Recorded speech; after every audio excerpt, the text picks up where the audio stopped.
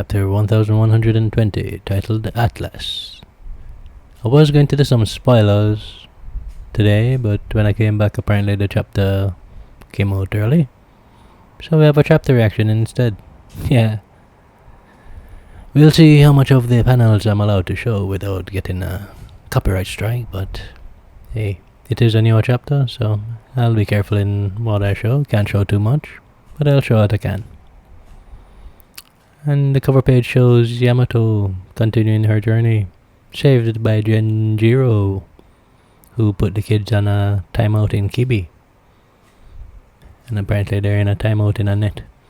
A bit excessive there. Could have probably found another way to do that, but I suppose that works, right? Right. Moving along.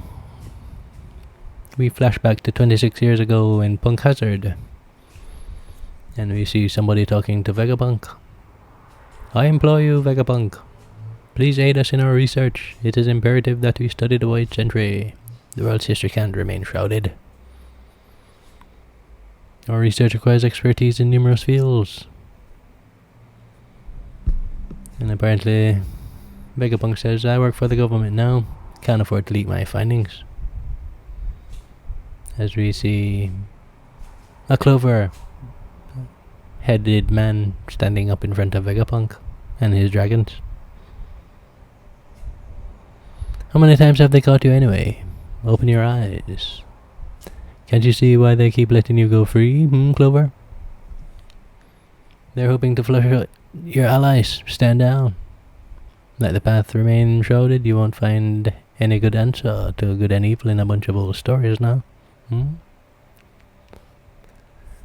Apparently, Clover says he once knew somebody who carried the name D, and he was killed right in front of his eyes. It was his brother. They killed his brother for having the D. And Clover's real name is Clayum. It's a very interesting name, very hard to pronounce. Clayum the Clover. Tell me, how am I meant to accept a world where you can just die from having the wrong name? Apparently if they realize I have D in my name, kid, they could just slew thee for no reason at all. What's up with that? Vegapunk says history will only continue to be suppressed, and the people will never know, and will never be the wiser. I'll forget about what you just told me, but I'm afraid I can't help you, Quasar. Do your best to stay safe now. Vegapunk! You bastard! The voices of the past call out to you. Just wait. I'll solve this puzzle, and when I do, you won't be able to ignore them. 22 years ago. Did you hear the news from the West Blue? O'Hara came face to face with a buster call. Take a look, it's the biggest massacre ever. Shalalalala. As we see Caesar passing on the news. They finally got that archaeologist Clover. Shalalalala. And that's what happens when you look into the White Century. No one's gonna make that mistake again. I implore you, Vegapunk, as he remembers the request. Huh? Looks like some brat survived as Vegapunk holds up the wanted poster for Nico Robin. And he goes to the scene where he sees the books that were cast into the water to keep them safe. We see him crying. You chose death. Was passing on your research that important, you fools? Did you really expect someone to be curious enough to follow in your footsteps after this? But apparently you did it anyway, so what are you griping about? Vegapunk? All 6 of you? Well, not 6 anymore. Oh, boy. Definitely not 6 anymore. Someone told me once, the voices of the past call out to you. History is being written by the victors. So this sounds like Vegapunk continuing his message now in the present. Someone once told me that the voices of the past call out to you. History is written by the victors. As we see Redleg Zeph and Patty, the worlds of the vanquished are usually cast into a deep, dark ocean. That being said, their truth can still come to light, if light is shone upon them. As we cut back to the slave drivers in the East Blue and Tequila Wolf, and we see Nico Robin back on Egghead. If the oppressed carry it back on their backs and endure. For my part, I am leaving this to the world. And you say, hey, what are you doing? Hurry up and blast off. This is Zoro telling the Sunny to go. It's no good. We just can't do it, Captain. I'm joking. This is Lilith just saying, no good, we can't. That old centaur is gonna keep attacking. We're finished if he does. This ship can only fly for a kilometer. If the Giza disrupts our trajectory even a little, we won't make it. And chances are he could do that. The wind's blowing north, and that's reducing our lift. Any further jolts will make us fall short of our projected landing zone, and we might just crash on Egghead itself. According to my calculations, if we miss the ocean, our damages will be critical. We have to get rid of him first. Nani? What's happening here? Oh.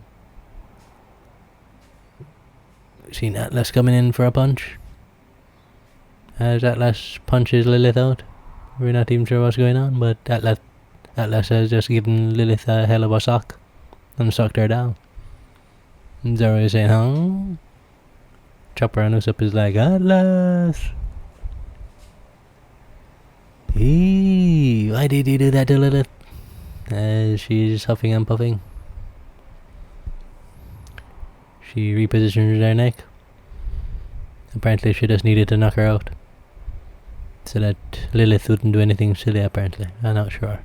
But it seems like Atlas just put Lilith out of commission so that she could do something that Lilith wouldn't want Atlas to do. So, Atlas says, I'll leave her in your hands. And they're like, huh? Take off, I'll make sure you make it in one piece.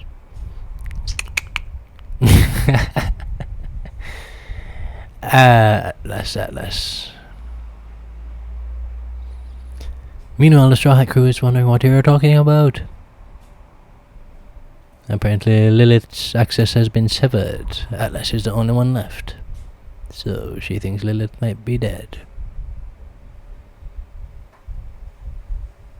Nami advises Zoro to take Lilith inside. He acknowledges. Then Atlas, you gotta explain. As Atlas takes off to stop Nosjuro. Jinbei takes the helm. We'd regret if we hesitated now. Zoro yells to Brook, do it. Brook acknowledges right away, Zoro-san. As we see Atlas take off toward the Gorosei. Nosjuro. And loses an arm in the flight. Yeah, apparently an arm has been severed. But she does not react. And she continues pushing on. Maneuvers in front of Nosjuro and pushes him back. Well, the Sunny takes off. We go back to Vegapunk. Well, the Sunny is taking off. Usopp and Chopper is holding on to the helmsman named Jinbei. This broadcast of mine, I'm praying that this message gets transmitted safely. Vice Admiral Hamsa, what is this? There's a snake, a boar, and a bird. And now there's a robot. Where did these giant creatures come from, I wonder? They keep popping out of the woodwork.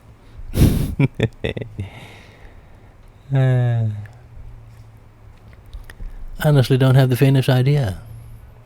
Meanwhile, Luffy is still tripping on the giant robot. Eyes popping out of his socket. It's the huge robo. An iron giant. As the giants and Frankie are all impressed. We hear Joy Boy.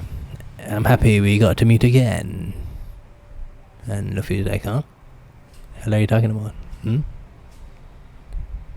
Over here, you! As the robot signals to Luffy, I realize it would be foolish to blindly trust in a one-sided account of a 900-year battle. This is Vegapunk continuing his message in the chaos of it all. Apparently the robot said I came like before. Your enemy is my enemy. I am glad. I can fight for you again, it seems. As he says, Joey boy. And Luffy's like, you can talk, that's too cool, man. Yeah. I will protect you. We must pound them to dust. He says, I will protect you from danger, Joy boy. As the girls say, we must pound them to dust. Seems Vegapunk's speech is all but over.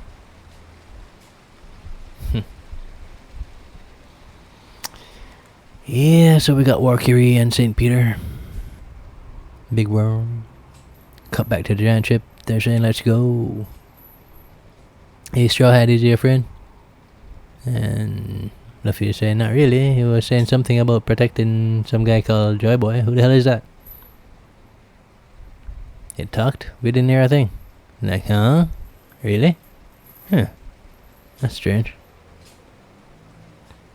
So apparently only Luffy could hear the voice of the robot. Intriguing.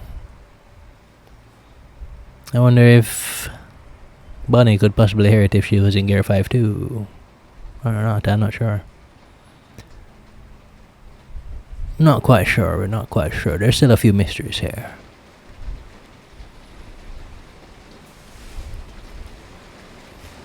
And we cut back to the Marines saying enough shit chat, shoot, we can't let them get away. And I believe this is Bluegrass in child form still advising and giving orders here. And we go back to Vegapunk's message saying, but I think we should be able to scrutinize and learn about the past from every perspective possible. I only wish I had more time. But there are those who cannot be stopped. Catching, as we see the worm come to fight the robot.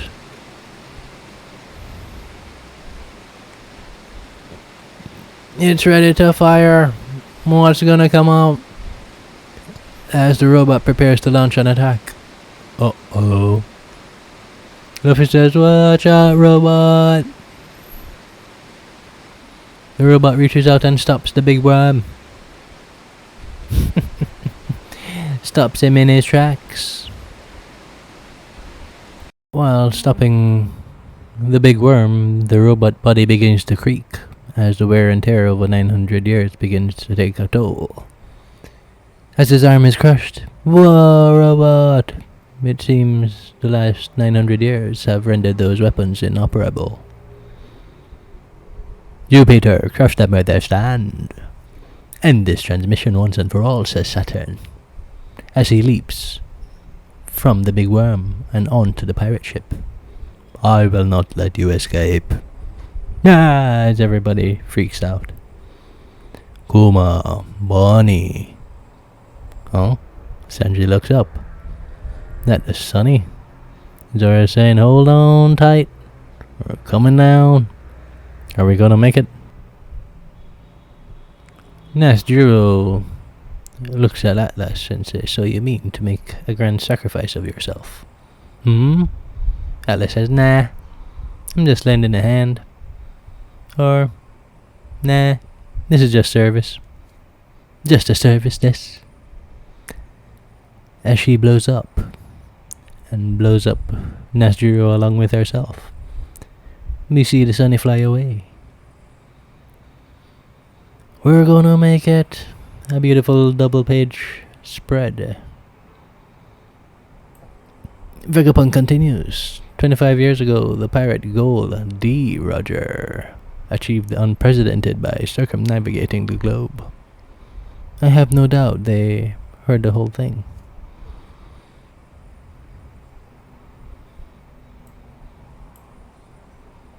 I am confident you have all come to the same conclusion at this point, and I anticipate that is what will ultimately determine how things will transpire in the future.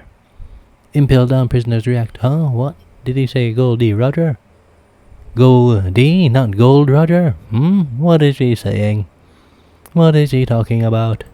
They're perplexed, and while this message is continuing, Usopp was saying, "Oh, it only worked because of you, right, Atlas?" York is saying, "Atlas' signal is gone too. It's finally happened. I'm the last Vegapunk." Nazjiro says, "No, not quite yet," as he begins to recover and regenerate. Saturn says, "We have let you say far too much, Stella." "Indeed," says Jupiter. "This is the end," says Valkyrie, as they coming in for the kill on the robot, whose arm is busted. The robot says, "Oh my, I have really rusted away. This is the time you spoke of, right, Joy Boy? Can I use it?"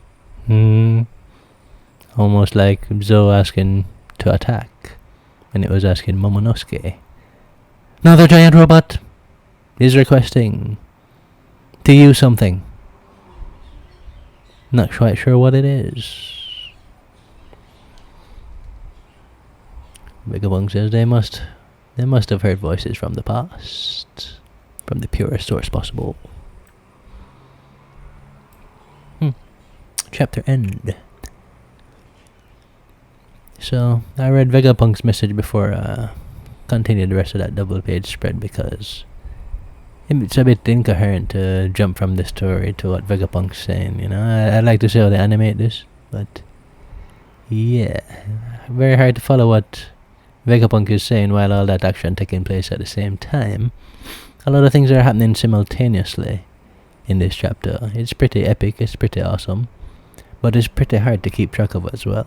If you like the content, do leave a like, comment, and subscribe. I will see you on the next one. Plan on doing a review for this one, but I will review the previous chapter before I post a review for this chapter. See you on the next one.